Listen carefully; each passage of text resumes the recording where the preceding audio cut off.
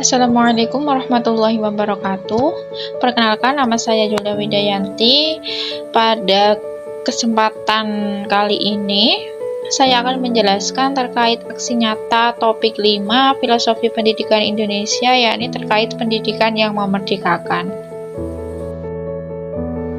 Pada video kali ini, saya akan menjelaskan terkait proyek perubahan yang saya usulkan atau proyek perubahan yang sudah saya lakukan. Nah, sebelumnya kita perlu mengetahui terlebih dahulu terkait kasus pada sekolah PPL saya. Untuk yang pertama, yakni sebagian besar peserta didik di fase E belum mampu membedakan antara reaksi kimia dan reaksi fisika. Kemudian, peserta didik masih kebingungan ketika menganalisis sebuah fenomena yang diberikan oleh guru, apakah termasuk ke dalam reaksi kimia ataukah tidak. Nah, kemudian untuk proyek perubahan yang saya usulkan yakni pembelajaran kimia dengan pendekatan kontekstual. Nah, pada kesempatan kali ini saya mengimplementasikannya pada materi hukum-hukum dasar kimia. Kemudian untuk kegiatan pembelajarannya atau dasar kegiatannya yakni guru menciptakan sebuah kegiatan pembelajaran menggunakan pendekatan kontekstual atau pendekatan yang ada pada kehidupan sehari-hari yang dikenali oleh peserta didik. Nah, kemudian peserta didik diberikan sebuah fenomena yang ada dalam kehidupan sehari-hari sehingga diharapkan pembelajaran lebih bermakna dan lebih bersifat jangka panjang serta mudah difahami. Nah, kemudian untuk alasan pemilihan proyek saya yakni terkait pembelajaran menggunakan pendekatan kontekstual. Mengapa saya memilih hal tersebut? Untuk alasan yang pertama yakni pembelajaran dengan pendekatan kontekstual lebih mudah difahami oleh peserta didik karena peserta didik mengalami dan melihat secara langsung fenomena-fenomena tersebut atau fenomena-fenomena yang mudah didapatkan dalam kehidupan sehari-hari. Kemudian yang kedua adalah pemahaman yang dimiliki oleh peserta didik bersifat jangka panjang karena fenomena yang diberikan atau fenomena yang dijelaskan tersebut adalah hal-hal yang berkaitan dengan kehidupan sehari-harinya. Kemudian siapakah yang terlibat pada proyek perubahan kali ini, yakni guru pamong kimia serta mahasiswa PPL kimia, yakni saya sendiri. Nah, kemudian untuk strategi pembelajarannya, yakni terbagi menjadi 3 hal, yakni kegiatan awal, kegiatan inti, dan kegiatan penutup. Untuk yang pertama, yakni kegiatan awal. Pada kegiatan awal ini, guru tentunya memberikan salam dan berdoa bersama dengan peserta didik. Kemudian guru memeriksa kehadiran dan melakukan asesmen diagnostik. Nah, asesmen diagnostik dilakukan melalui Google Formulir berupa 5 soal yang kemudian diberikan kepada peserta didik sebelum pembelajaran dimulai. Kemudian guru menayangkan film pendek terkait sifat gotong royong, yakni dengan judul Hastalaku. Nah, pada video yang ditampilkan ini diharapkan peserta didik memiliki sifat berkebinekaan global yang tentunya mencerminkan profil pelajar Pancasila. Kemudian guru memberikan apresiasi terkait materi yang dipelajari sebelumnya. Kemudian guru menyampaikan tujuan pembelajaran yang akan dicapai pada pertemuan kali itu. Kemudian guru menyampaikan manfaat dari pembelajaran. Nah, untuk kegiatan intinya selanjutnya yakni peserta didik mengamati masalah yang diberikan oleh guru. Nah, pada kegiatan inti ini menggunakan model pembelajaran problem based learning sehingga peserta didik diberikan sebuah masalah. Nah, setelah peserta didik diberikan sebuah masalah, kemudian peserta didik menentukan rumusan masalah dari permasalahan yang telah diberikan guru.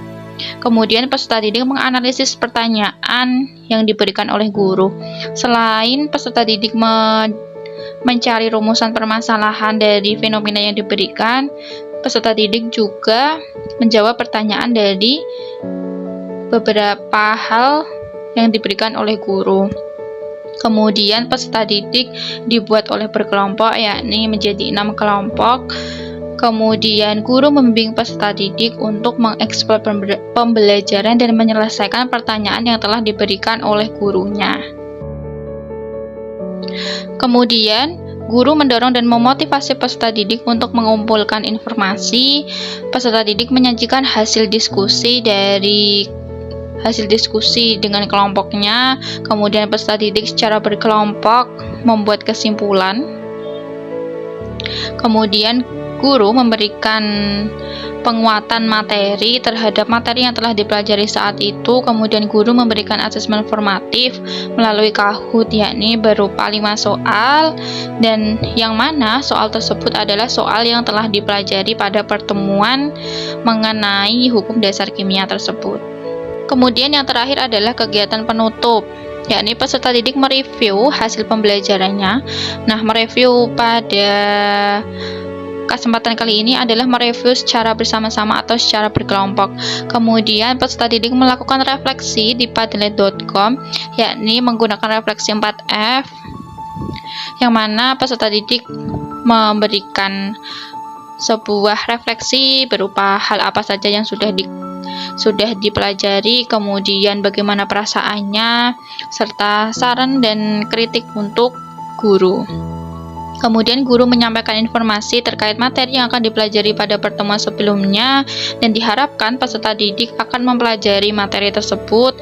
Kemudian guru dan peserta didik berdoa bersama, yakni berdoa penutup, dan guru mengucapkan salam penutup.